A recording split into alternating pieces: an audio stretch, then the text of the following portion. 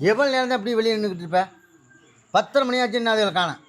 நானும் ஃபோன் போட்டு பார்க்குறேன், ஃபோனே ஆன்சர் பண்ண மாட்டேங்குது. பையன் அழுதுருவானேன்னு தாங்க நான் அப்படி நிற்கிறேன். 6 மணிக்கு போனேன் உள்ளே. என்னம்மா கோயிலில் சாமி கும்பிடுதுவ?